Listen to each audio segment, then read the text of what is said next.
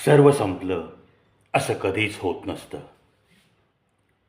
या कथेचा हा पुढचा भाग. गोविंदा स्नॅक्स सेंटरचं उद्घाटन खूपच धूमधाममध्ये झालं. अगदी प्रेमानं बोलावलेली सगळी माणसं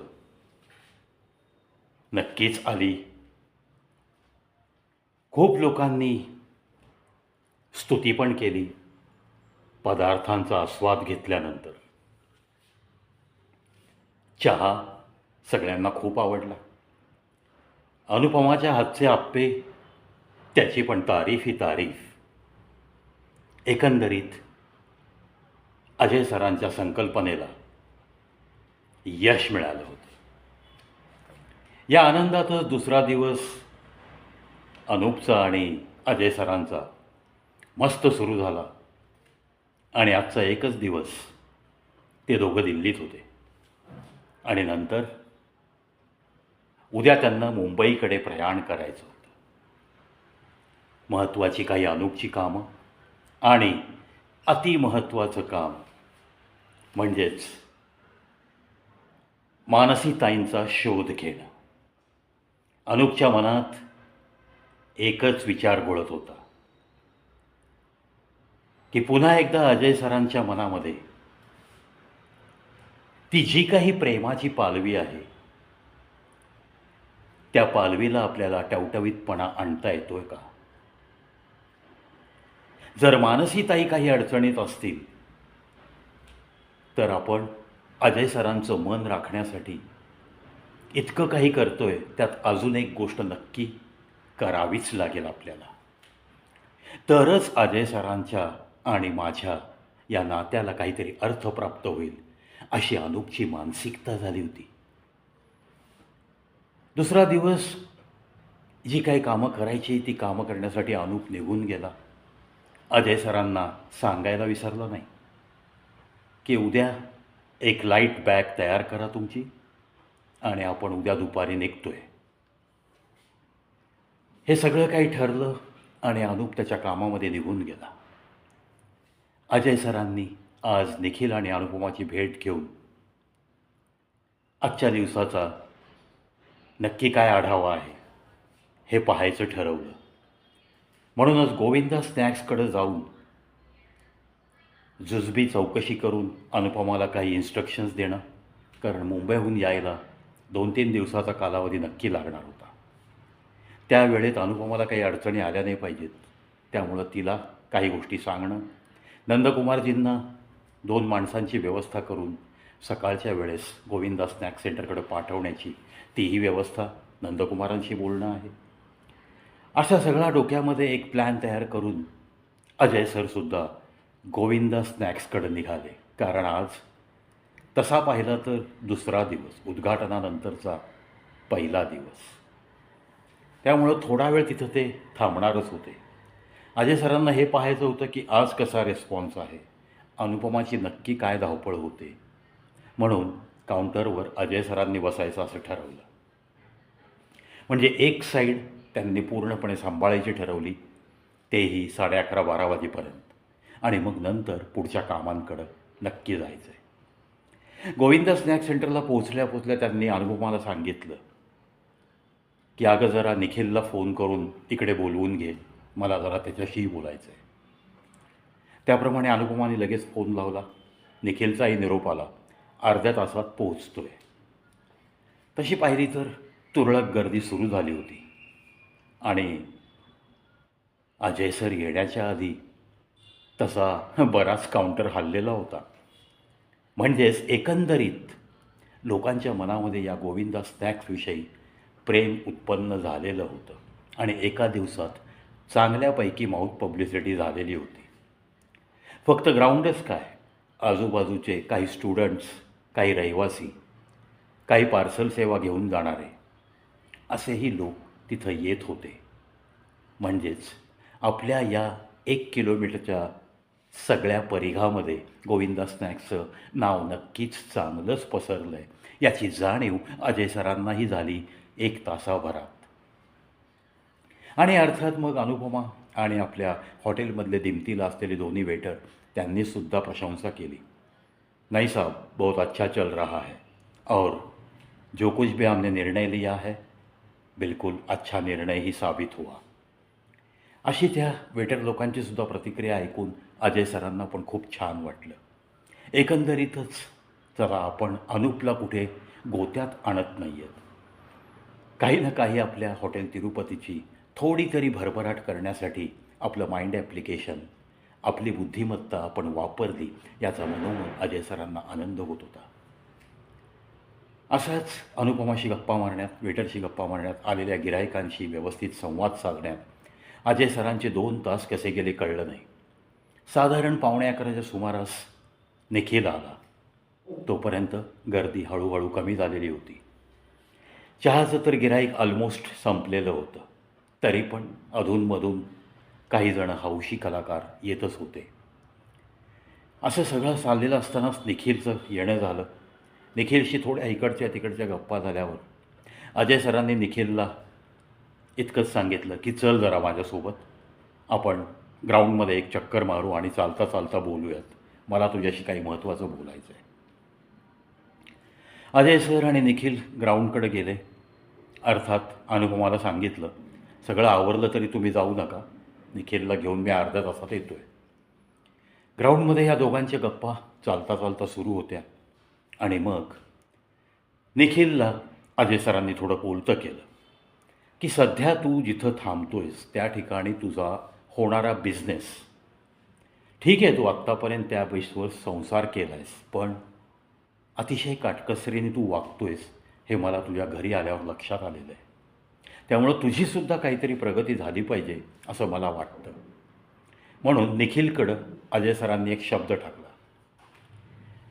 हे बघ, तुझा बिझनेस फक्त संध्याकाळचा, तू साधारण 5 वाजता तुझा गाडा लावतोस आणि त्या एरियामध्ये आता तुला कॉम्पिटिटर तसे खूप झालेले आहेत. त्यामुळं मला नाही वाटत की तुझा बिझनेस तिथं खूप चालत असेल. ठीक आहे, जुने गिराईक येत राहणार, पण माझ्या मनात अशी कल्पना आहे, गोविंदा स्नॅक सेंटरचा गाळा दुपारी 12 नंतर बंदच असतो, पुन्हा तो दुसऱ्या दिवशी सकाळीच उघडतो आपण. तर तू इथे दुपारी 1 वाजल्यापासनं तिकडचा वेळगाडा बंद करून दुपारी इथे तुझे आयटम मिळतील असे आपण जाहिरात करायची का? तुझी तयारी आहे का? मी बोलतो अनुपशी, तुला काय द्यायचं, तो रेंट काय बोलायचं ते माझं मी बोलेन, तू मला सांग तुझी ऐपत काय आहे, तू काय करू शकतो. तुला काही देणं जमलं नाही तसाही मी अनुपला कन्व्हिन्स करू शकतो. मला फक्त हे बघायचं आहे की निखिल आणि अनुपमा यांना लवकरात लवकर त्यांचा जीवनमानाचा जो ग्राफ आहे तो उंचावत गेलेला मला पाहायचा आहे. अनिलच्या शिक्षणासाठी तुमच्याकडे पैसे नाहीत अशी परिस्थिती 3-4 वर्षानंतर नाही निर्माण झाली पाहिजे, कारण त्याचं हायर एज्युकेशन चालू होईल तेव्हा तुमच्याकडं थोडा तरी पैसा नक्की पाहिजे. निखिलचे डोळे सगळं ऐकल्यावर पाणावले. निखिल म्हणाला, अजय सर, काय हो, मी काय केले तुमच्यासाठी म्हणून तुम्ही माझ्या कुटुंबासाठी इतकं करताय? अजय सरांनी त्याचं तोंडावर हात ठेवला. अरे निखिल, काहीही व्यक्त होऊ नकोस. हे ऋणानुबंध आहेत ना, हे आपले आजचे नाही आहेत इतकंच मी मानतो, कारण या भेटी गाठी या अशाच उगीच होत नसतात. आता बघ ना, उद्या आम्ही चाललो आहे अनुप आणि मी मुंबईला. त्याची काही महत्त्वाची काम आहे, तीही मार्गी लागतील मला विश्वास आहे. आणि दुसरं एक काम आहे जे मी तुम्हाला नंतर सांगेन. तुझा निर्णय अनुपमाशी आत्ता घरी गेल्यावर तुम्ही बोलायचं आहे व्यवस्थित आणि तिथला सेटअप पूर्ण हलवायचा आहे. तुझं location change, Govinda snack centre हेच तुझ्याही दुकानाचं नाव असेल. दुपारी 12 वाजल्यापासून किंवा तुला जमेल तसा घरी तू तयारी करायचीस. अनुपमा सकाळी येते, त्यानंतर दुपारी जर तुला असं वाटेल की इथं आपल्याला रिस्पॉन्स चांगला मिळतो तर तू जेवढ्या लवकर येशील तेवढं ठीक आहे. 12:30, 1, 1:30 ते तुझ्यावर आहे. आणि मग तू कितीही वेळ थांबू शकतो. संध्याकाळी कोणते कोणते इथे आयटम चालू शकतात याचा आढावा घेऊन बाकीच्या गोष्टी आपण हळूहळू प्लॅन करूया. निखिलला तसं पाहिलं तर खूप आनंद झाला, कारण एक रस्त्यावर उभा राहत बिझनेस करणारा माणूस आज एका शॉपमध्ये येतो आहे. अजून काय पाहिजे? प्रगती प्रगती म्हणतात ते काय? आणि आनंद वाटावा कसा हे अजय सरांकडनं शिकावं इतकंच निखिल मनातल्या मनात बोलत होता. त्याने अजय सरांना तसं पाहिलं ना तर कन्सेंट देऊन टाकली. अजय सर, तुम्ही म्हणताय ना, तुमच्या शब्दाच्या पलीकडे मी नाही जात. राहता राहिलं फॉर्मॅलिटी, अनुपमाशी बोलायचं आहे.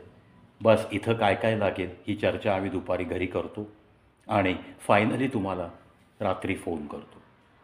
तुम्ही निश्चिंतपणे जाऊन या. कदाचित उद्यापासूनच आम्ही हे सर्व काही सुरू करतो. थोड्याफार इथल्या ज्या रिक्वायरमेंट आहेत, मला जे लागणार आहे ते माझं मी आणेन, कारण मला आज तुम्ही विदाऊट डिपॉझिट, तुला रेंट काय द्यायचं ते दे, महिनाभर आढावा घे, इतक्या मोठ्या मनाने मला ॲडजस्ट करताय, तेही अनुप सरांशी बोलायच्या आधी. केवढा हा तुमच्या मनाचा मोठेपणा आणि केवढा तुमचा त्या अनुपवरती विश्वास. काय तुमच्या दोघांचं नातं आणि काय माझ्याशी, माझ्या कुटुंबाशी तुमचे ऋणानुबंध मी तर मरेपर्यंत विसरणार नाही अजय सर. अतिशय सद्गतीत अंतःकरणाने निखिल बोलत होता आणि अजय सरांची सुद्धा पापण्या उलावल्या होत्या. अजय सरांनी निखिलला सावरायला सांगितलं, स्वतःलाही त्यांनी सावरलं. चल अनुपमाला उशीर होतोय, तिला सोडूयात, तिला घेऊन जा आणि मग लॉक करून काय असेल ती चर्चा करा. उद्या परवापासून काय ठरवायचं ते ठरवा. अगदी मला मुंबईमध्ये तू फोन करून सांगितलंस तरीही चालेल. अशा सगळ्या गोष्टी ठरल्या आणि ते अनुपमाकडे आले. निखिलने मस्तपैकी हसत हसत अनुपमाला प्रपोजल सांगितलं. अजय सरांचे लाख लाख आभार म्हणत अनुपमाने अजय सरांच्या चरणाला स्पर्श करून नमस्कार केला. काय आशीर्वाद देणार अजय सर? अजय सरांना एकतर कुणी पाया पडलेलं आवडत नाही. अजय सरांनी पावलं मागं सरकवली. अनुपमा, इतकं नाही नमायचं माझ्यापुढे, मला नमन नाही करायचं. आहे ना, मनामध्ये तुझ्या आदर आहे, मला माहिती आहे, तुला माहिती आहे, दॅट्स ऑल. आणि तुमची प्रगती व्हावी एवढीच माझी कळकळीची इच्छा. आणि निखिलने सत्वर मला तयारी दर्शवली ते स्थान सोडून इकडे येण्याची. अर्थात तो इथं वावरलेला आहे, त्याला इथला एरिया जास्त माहिती आहे, त्यामुळं त्याला नक्कीच काहीतरी सकारात्मक विचार डोक्यात आला असणार आहे. चला, तुमचीही प्रगती व्हावी याच सदिच्छा शुभेच्छा अर्पित करतो.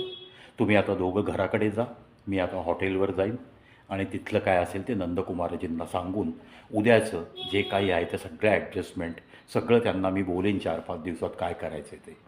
So don't worry about anything, you please continue your Govinda snacks, असं अनुपमाला सांगून त्यांनी त्या दोघांचा निरोप घेतला. दुकानाची आवराआवर करून निखिल आणि अनुपमा ते सुद्धा आपल्या घराकडे रवाना झाले. जाताना दोघांच्या मनात एकच विचार होता की अजय सर एक देव माणूस, खरंच देव माणूस. तसं पाहिलं ना तर आपण काय केलं रे निखिल त्यांच्यासाठी? असं ती निखिलच्या गाडीवर बसल्या बसल्या गप्पा मारत मारत कधी घर आलं कळलं नाही. पण येताना रस्त्यात अनुपमाची किती आसवं टपकली हे तिलाही कळलं नाही. अशीच तर मानवी नाती निर्माण होत असतात, ती टिकत असतात अशाच आपुलकीच्या झऱ्यामुळं. आणि ही आपुलकी जी अजय सरांनी लोकांना देण्याचा प्रयत्न केला, कारण त्यांना मिळत गेली.